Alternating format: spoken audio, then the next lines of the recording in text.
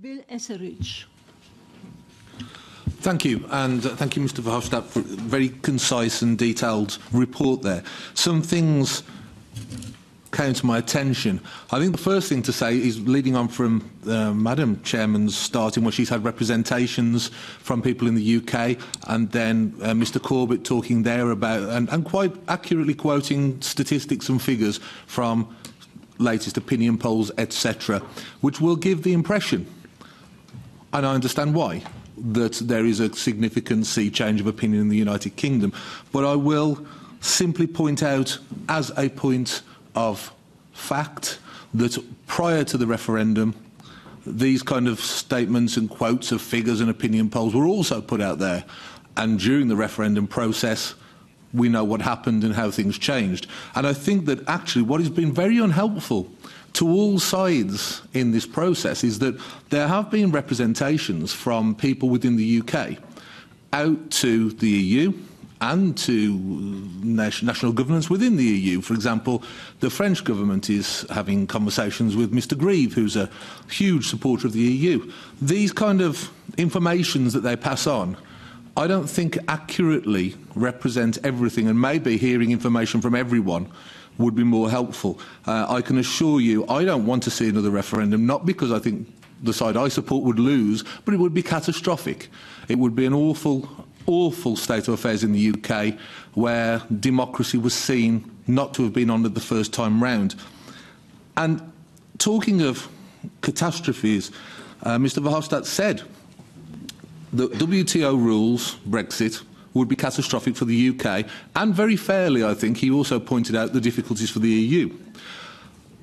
If this is such a case, personally, my vested hope, and I accept in this room I'm probably in a minority of one, but I would like to see a WTO rules Brexit. But if that weren't to be the case, and if it is as catastrophic as we're being told here today, I, with respect, suggest that the EU negotiators maybe need to give a little bit more help to Mrs May and her team, because they are, after all, a team made up of people who support the EU, who campaign to remain, and who are trying to get the softest possible Brexit, far softer than most people in the UK would have expected in these negotiations. So I think, you know, if it is such a catastrophe, maybe you need to back the horse that's more or less on your side. I think the other thing as well, we have to talk about the backstop. That's been discussed, I didn't have an item, but there is another factor in this. It affects the constitution of the United Kingdom and is currently being legally challenged by Lord Trimble, who was instrumental in the Good Friday Agreement, which all sides believe, obviously, we need to make sure isn't ripped up, as was previously stated. But if one of the main people involved in it questions the backstop's legality, that needs to be considered. I welcome the talk about citizens' rights being respected. The UK has a long history of being one of the leaders in citizens' rights, and I have no doubt that our input into this will be very constructive and helpful, and I think that all sides will be happy with the outcome of that. My final point is that I welcome Mr Verhofstadt's rejection of a long extension. I think he may be quite surprised the number of times I'm welcoming things he said today. But, you know, I do think in all of the exchanges that I see Mr Verhofstadt in, he's at least honest and straight, and that's one thing I admire. I think a long extension is in nobody's interests. I understand the voices who wish to try and rerun the referendum and try and do it again because they didn't get the result they think was right. And I understand all that, but we have got to the point now, after years of negotiation, where the British public have been promised Brexit. And we must make sure, and of course there may be a short delay to get through certain amendments, motions, bureaucracy, but we must make sure that in the short term Brexit is delivered, whether it be with a deal which is acceptable to all sides, or to WTO standards and rules. It is for the good of all concerned that we get some certainty in our relationship between the UK and our closest friends and allies, and we must get this done, and we must get it done quickly. There was a question on Mr Etheridge, I think. He said a little bit of help. Yeah. Everybody wants to help everybody, but helping doesn't mean that we will give up the principles and the values of the European Union and our system.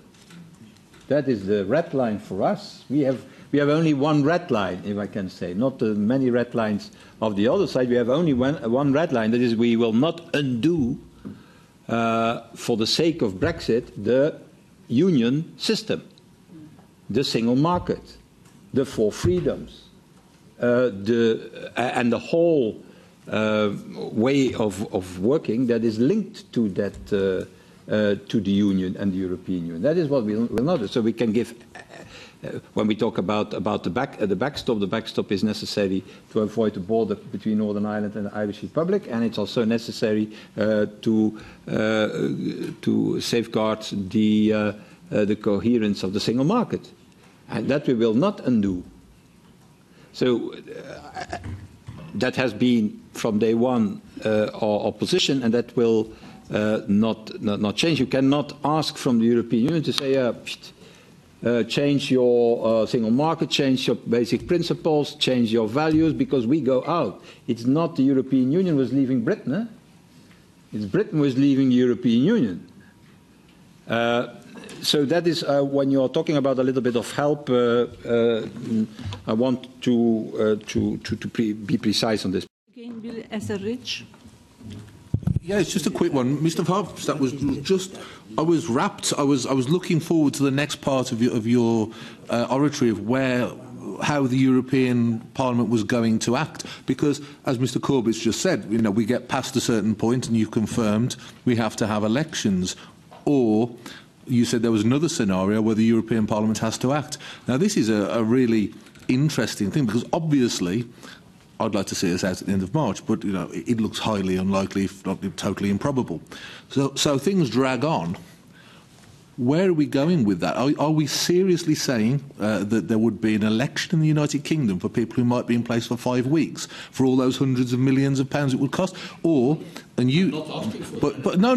But I'm interested. You're the man. You're the expert on this situation. I'm saying to you, you said there was another scenario where the European Parliament could act, where something would be done. Now, either we're going into these elections, or we haven't had an election for MEPs and we're still embroiled in this mess.